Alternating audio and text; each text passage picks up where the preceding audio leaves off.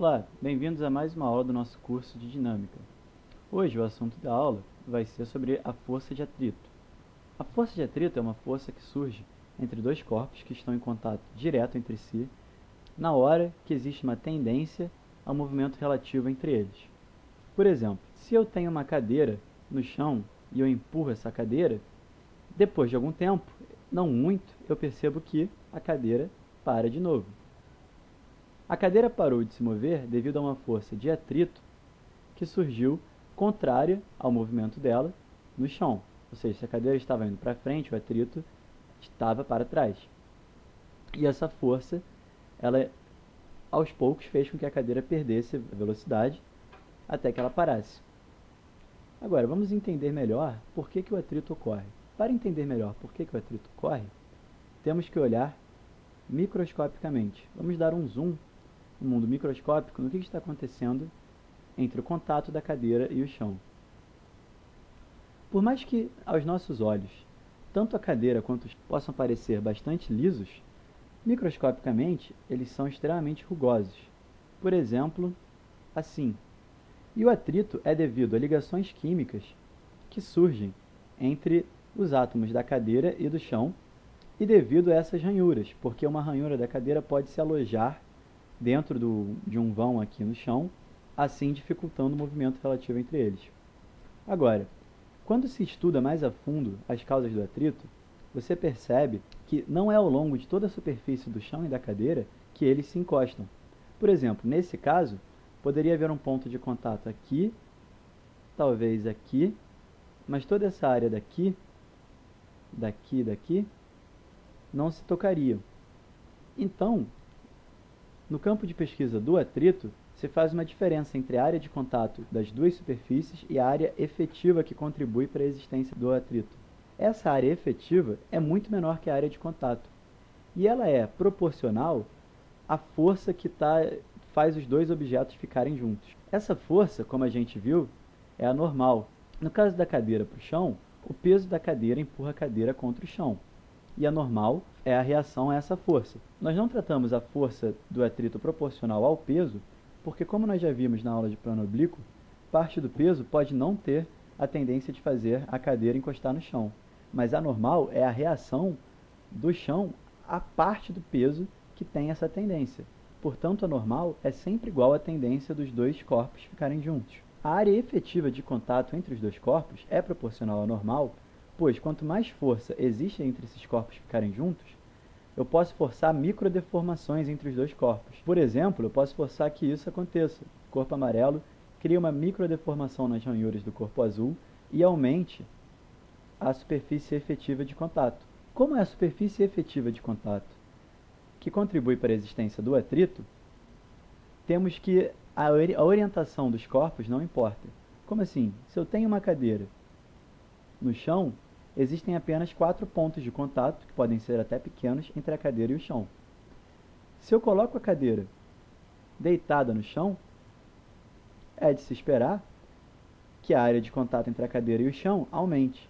Porém, como o peso da cadeira não mudou, a área efetiva de contato entre a cadeira e o chão é pouco provável que vá mudar, pois ela é muito mais influenciada pela normal do que pela área que a gente percebe como encostando nos dois corpos. Dessa forma, chegamos a esse resultado que é pouco intuitivo no nosso dia a dia, de que uma cadeira em pé e uma cadeira deitada têm o mesmo atrito em relação ao chão. Agora, outra coisa interessante que nós podemos perceber sobre o atrito é que, se eu colocar uma borracha sobre uma mesa e um lápis sobre uma mesa, vai ser muito mais difícil eu fazer a borracha deslizar sobre a mesa do que o lápis deslizar sobre a mesa. Isso porque as ligações químicas que podem acontecer entre dois corpos dependem dos materiais de que esses corpos são feitos. Dessa forma, a borracha e a mesa percebem um atrito maior do que o lápis e a mesa. E o lápis e a borracha perceberiam um atrito diferente desses dois também. Para levar isso em conta, se criou o coeficiente de atrito, que é representado geralmente pela letra μ. O coeficiente de atrito, ele muda para qualquer combinação de dois objetos. Por exemplo, existe um coeficiente de atrito para a borracha com a mesa, existe um coeficiente de atrito para o lápis com a mesa, e existe um coeficiente de atrito para a borracha com o lápis. Vamos estudar melhor, então, o que acontece quando um corpo parado, em relação a outro, tende a se movimentar. Você pode fazer isso em casa. Coloca um lápis, um celular, qualquer coisa em cima de uma mesa, os dois objetos lisos de preferência, e faça uma força bem pequena, uma Fzinha, tentando fazer o corpo se mover, mas não forte o suficiente para ele se mover, bem pequena mesmo. Nós sabemos que existe o peso desse corpo, existe uma força normal, e que, se o corpo continua parado, mesmo com uma força Fzinha sendo feita, existe uma força contrária, de mesma intensidade, que nós só podemos atribuir ao atrito, chamar de Azinho. Agora, aumente um pouco a força que você está impondo, mas não o suficiente para o corpo começar a se mover. Vamos chamar de Fzinho linha, uma nova força pequena. Como o corpo continua parado, então o atrito também aumentou, um Azinho linha. Então o atrito aumenta se nós aumentarmos a força, mas vai aumentando a força até um ponto que o corpo comece a se mover. Percebemos que, quando a força chega a uma determinada magnitude, chamada de Fzão, o atrito não consegue mais superar essa magnitude, chamada de Azão. Esse atrito é o atrito máximo estático entre os dois objetos. Como nós já vimos, esse atrito é proporcional à força normal e ao coeficiente de atrito. Então nós escrevemos atrito é igual à força normal vezes o μ, que é uma fórmula muito conhecida, A igual a μn, que só expõe matematicamente o que nós havíamos discutido anteriormente. Agora perceba o seguinte, o que você acha mais fácil? Empurrar um carro para tirar ele do repouso e ele começar a andar, ou empurrar um carro que já está andando para ele não parar de andar? Intuitivamente, a gente sabe que é mais fácil você manter o carro em movimento do que colocá-lo em movimento. Você pode perceber isso com o seu experimento também. Vai ser um pouco mais difícil, mas perceba que a força que foi necessária para vencer o atrito estático, se você diminuir ela um pouquinho, mas bem pouco, o objeto continuará se movendo. Isso significa que o poder que o atrito tem, agora que os dois corpos já estão se movendo, diminuiu. O atrito não consegue chegar mais a essa intensidade de μn.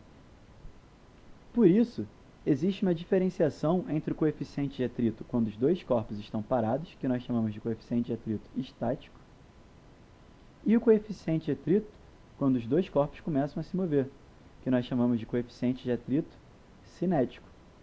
E nós temos que o coeficiente de atrito estático é sempre maior que o coeficiente de atrito cinético, ou seja, é mais difícil eu fazer um corpo se mover em relação ao outro quando os dois estão parados do que quando já existe movimento. O atrito, então, é μ vezes a normal. Quando os dois corpos estão parados, o μ é o coeficiente de atrito estático. E quando os dois corpos estão em movimento, o μ é o coeficiente de atrito cinético. Todo par de dois objetos possui um coeficiente de atrito estático ou cinético. Recapitulando o que nós aprendemos sobre o atrito até agora. Ele não depende da superfície de contato aparente entre os dois objetos, ou seja, no mundo macroscópico ele não depende da superfície de contato, ele só depende da normal e dos materiais de qual cada objeto é feito. Outra coisa para se ter em mente é que o atrito é sempre contrário à tendência de movimento. Então, por exemplo, quando nós estamos caminhando, quando nós fazemos força com esse pé para avançarmos para frente, a tendência do nosso pé é deslizar para trás no chão. Como o solado do nosso pé ou do nosso tênis tem um coeficiente de atrito com o chão, o atrito apresenta uma força para frente, o que permite que o nosso pé fique fixo no chão e nos permite dar o próximo passo. Então, temos que tomar cuidado porque, apesar do atrito estar na direção do nosso movimento, ou seja, se nós caminharmos para frente, o atrito está para frente, ele continua contrário à tendência de movimento dos nossos pés, que seria para trás. O atrito é sempre contrário à tendência de movimento, não necessariamente do movimento real. É isso que nós precisamos saber sobre o atrito. Nas próximas aulas a gente já vai estudar como incorporar o atrito nos nossos problemas, o que vai deixar mais real os nossos problemas. A gente vai conseguir resolver as coisas mais parecido como é na vida real. Até a próxima aula.